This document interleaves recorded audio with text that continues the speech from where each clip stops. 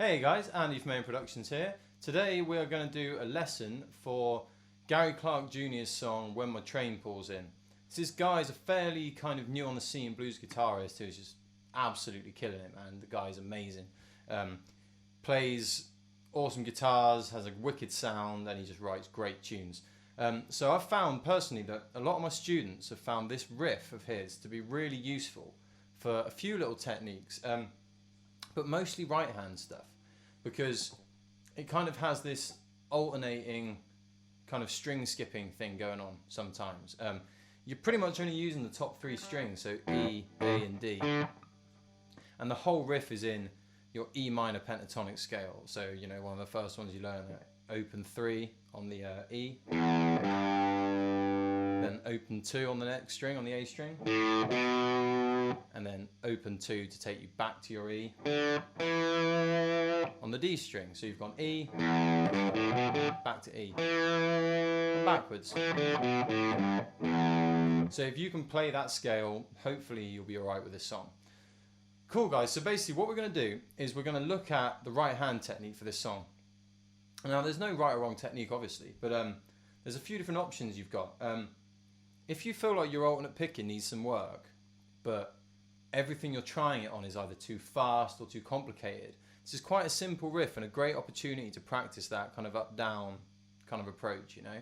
So you're kind of living on your open E, and you're using the octave E above that on the D string 2nd fret. So, you know, learn your notes, everyone. Cool. So what we're going to do is we're going to split the riff into 2 halves, basically. I found this is the way people learn it best, and then if you can learn them both separate, you can then gel them together, you'll be on fire. So the first one we're going to do, it kind of goes like this. So what we're going to do is we're going to start with this E note that sits on the D string on the 3rd fret. Now, I say we're going to start with this note. I guess technically we're not. We're actually going to start with the open D, but we're hammering straight onto this E. Okay? And our right hand rhythm is still doing our D string, E string, D string, E string, in an 8th note pattern, 1 and 2 and... Okay, so this little filler is giving us a 16th note filler on that E. So we're getting a 1 E and 2. Do you know what I mean? So we're getting that little filler on here, which gives us a slightly quicker rhythm. But we don't pick it on this hand, we just let it be a hammer on so that we can keep a nice smooth 8th note groove on this hand. Okay, so we're starting by hammering on to the D string, that is, sorry, not a D note, hammering onto an E note that sits on the D string, 2nd fret, then low E, and then back to this E, without a hammer on this time, and then back to your low E. So you play that at speed, you're going to get, okay,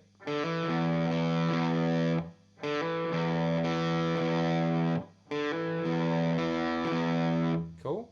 So that's our first half of the riff. Then our second half is going to use the same hammer-on concept, but it's going to be on this A string this time. So we're going to go hammer on A, then we're going to play the high, not the high D, but we're going to play the D string that sits above that A string. Then we're going to kind of do the inverse of that. So we're going to go same hammer-on onto this B note, which is A string 2nd fret. But instead of ending on a high D string, we're going to drop to a G note, which is 3rd fret on your low E string. So that one's going to be... So if we put those two together...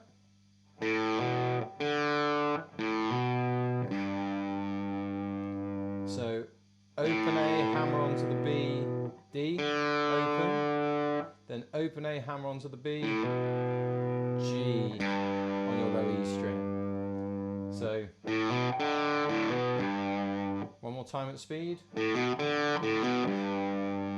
Okay, so if we now gel those two together, we're going to get...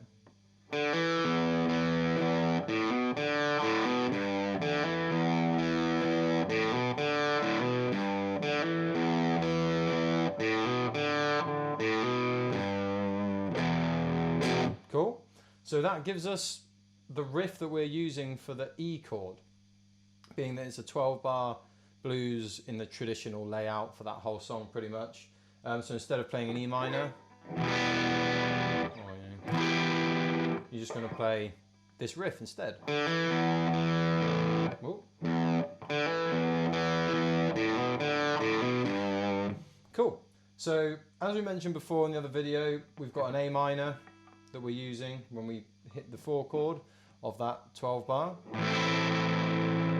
Now that A minor, you know, I'm just playing a standard A minor open chord, nothing fancy or clever going on there. And as we mentioned before, our add-ons are going to be, or our added notes to make it a bit more magic, are going to be this G note that sits on the high E string on the 3rd fret. And then we're also going to have the F sharp, which is same string, same high E string, but it's on the 2nd fret. So it's, just need to tuck it under. And then you resolve that back to normal. So you could always have a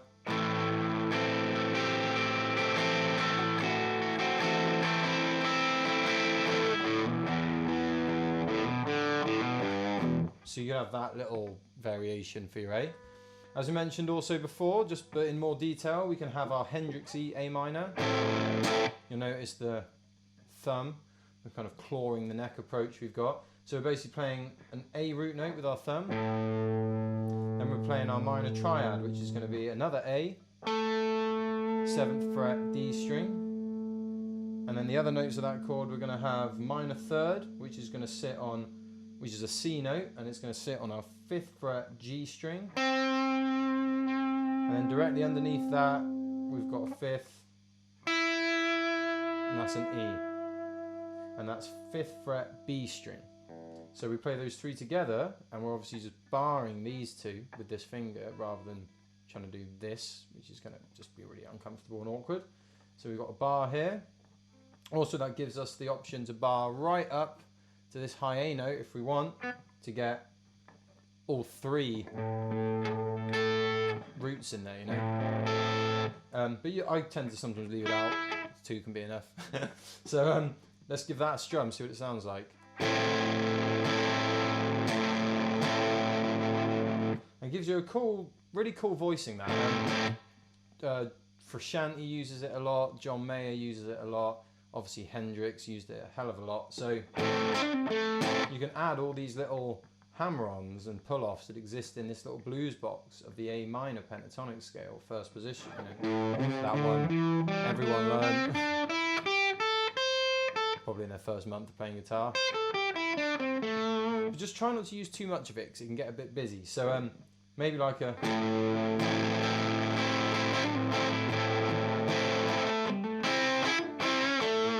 something that wasn't brilliant, but something along those lines.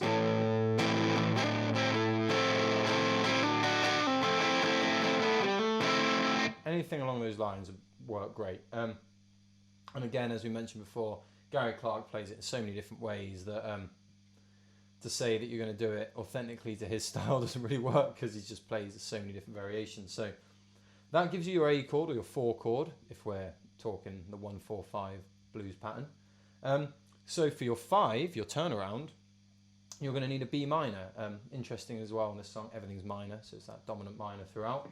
You can either play your classic B minor bar chord, starts on the B note, and then you're going to have basic power chord. So you're going to have the B note on the 2nd fret of the A string. Then you're going to have an F sharp, which you're playing on the 4th fret D string, and then another B that you're playing with your pinky by tucking it right underneath on the G string, same fret as the 3rd finger is.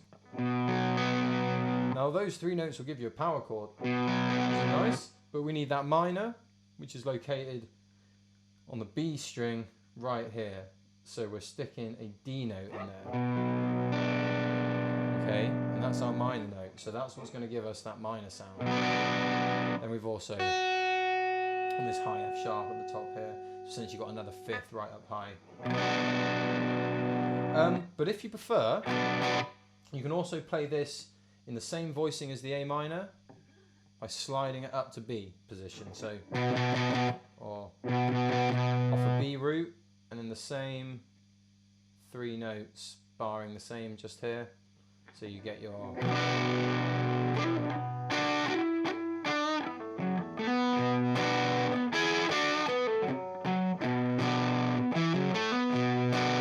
that's going to give you a really nice. I actually often like to use these two on my turnaround. I'll often use the A minor for bar, for bar 5 when you first hit that A, and then I'll use these for the turnaround because it gives me that kind of continuity between the chords for the turnaround. I get that matched voicing for the two because they come kind of quite fast. They're not very long. You spending like a bar on each. 1, 2, 3, 4, 1, 2, 3, 4.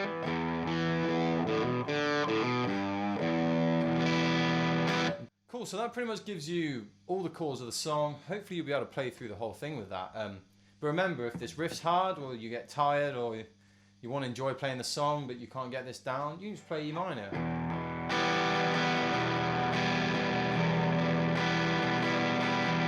There's actually a version of him playing, I think it's live on KEXP on YouTube, and he's just playing the whole song a lot cleaner and really just strummed out on every chord, and it still sounds great.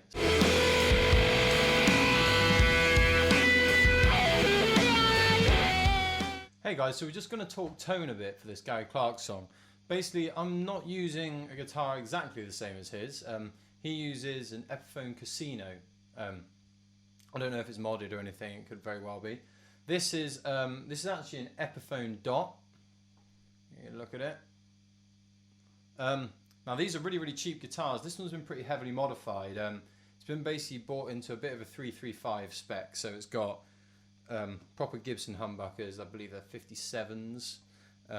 So not totally classic to the 335, but definitely give us a bit more bite if we need it. And then it's new saddles, Gibson bridge, Gibson Grover tuners on there, and all new electronics, new pots and everything.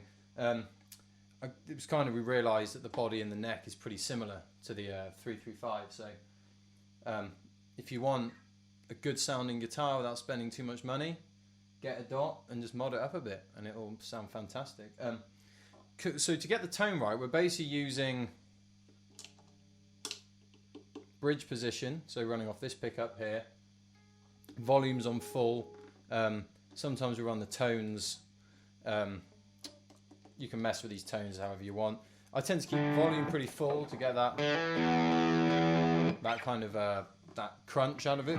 The great thing about these guitars, you can tame that volume, say for the verse. Then when you come in with the chorus,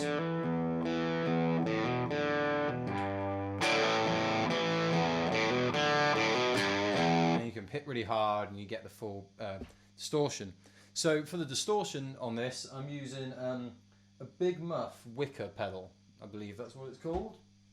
And I've got the wicker setting on, the tone setting on. I've got the tone quite high, probably about 2-3 o'clock, with not a lot of sustain, not even 9 o'clock on the sustain, probably, if 6 is 0, probably 7-8 o'clock, something like that. And the volume just to match, whatever sounds about right. Then we're also running a Holy Grail Plus reverb pedal on the spring reverb setting with about sort of a 9 o'clock blend and amount, just to get a nice kind of tone going on with that reverb.